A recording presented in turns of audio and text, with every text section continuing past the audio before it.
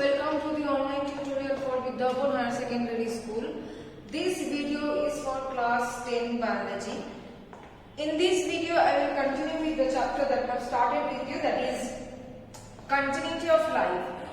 In today's video I will start with the sexual reproduction in flowering plants, because in my previous video I have completed the chapter or the part, you can say, that is alternation of generation, the reproduction part, that is the sexual reproduction. So here we will mainly focus on the sexual reproduction in flowering plants.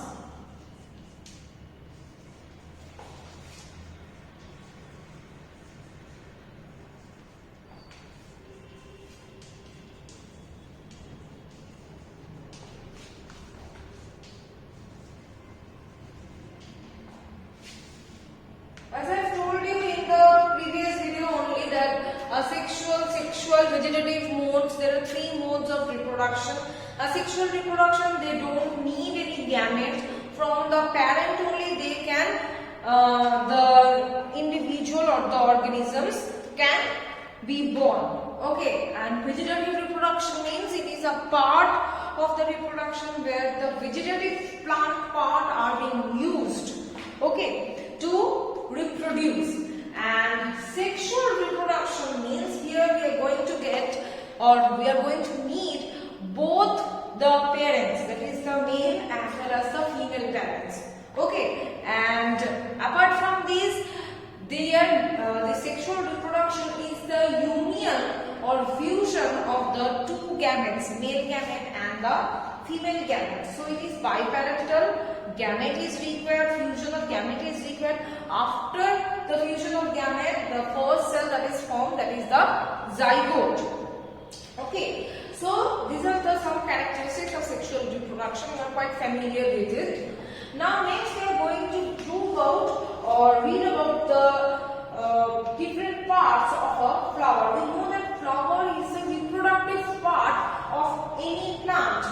Okay, and they are generally, a flower has 4 holes or 4 sets, complete set, which are arranged in a manner, orderly manner. The arrangement of flower on the floral axis is called inflorescence. Floral axis means the axis which is holding the flower. So this arrangement of the flowers on this floral axis, this is termed as the inflorescence. Okay. Now, flower, we know it is the reproductive part of any plant. Now it is having 4 holes or 4 complete sets. So first is the calyx, second is corolla, third is androecium, and fourth is gynoecium. So these are the 4 holes or 4 complete sets of a flower: calyx, corolla, androecium, gynoecium. Now, if I will draw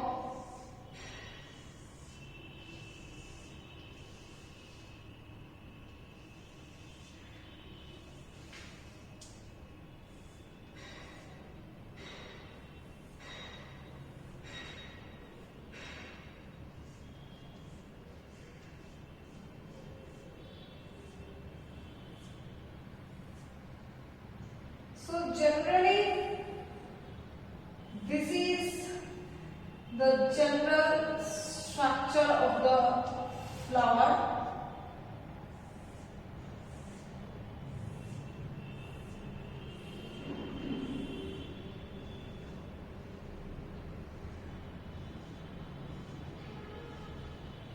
Okay, so if I consider this calyx, what is this calyx? This outermost green colored structure which is protecting the flower from any kind of harsh environment or outside environment.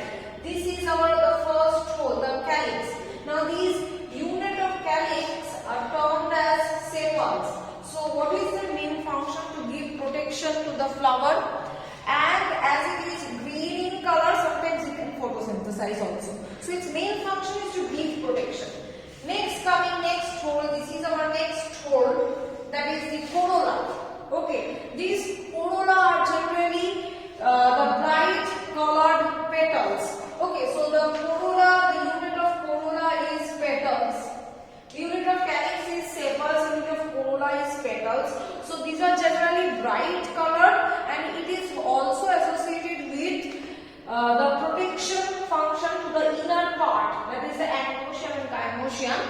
It is protecting the inner part of the flower. Apart from this, as it is very brightly colored, it generally attracts insects for pollination process. Okay.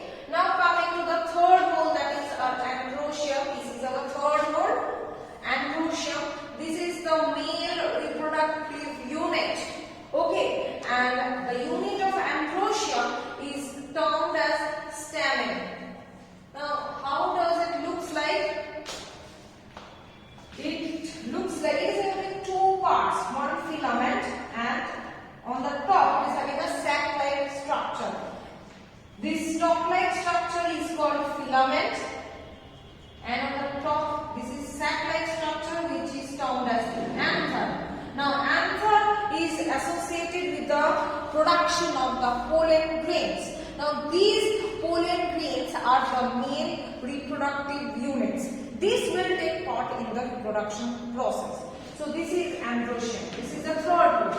Now, coming to the fourth hole, this one. This is our fourth hole, that is the gynoecium. This is the female reproductive part of the flower. Now, how does it look like? We will see.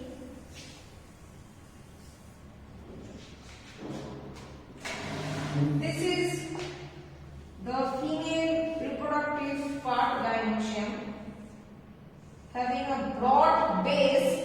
This base is termed as the ovary. Within the ovary there are some ovules. Ovules actually take part in the reproduction process, and this filament is termed as style,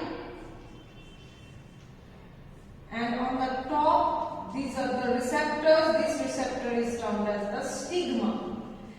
On the stigma, the pollen grain comes and falls on it or sits on it, and through this style the pollen grain enters ultimately into the ovary, and in the ovary there are ovules. Now, with these ovules, the pollen grain come and fertilize these ovules or the egg cells, you can say, and ultimately give rise to the zygote, which will give rise to a new plant. So, this is the general parts of the flower, different parts of the flower and their functions. I hope till this much you have understood. In my next video, I will continue with the next part. Thank you.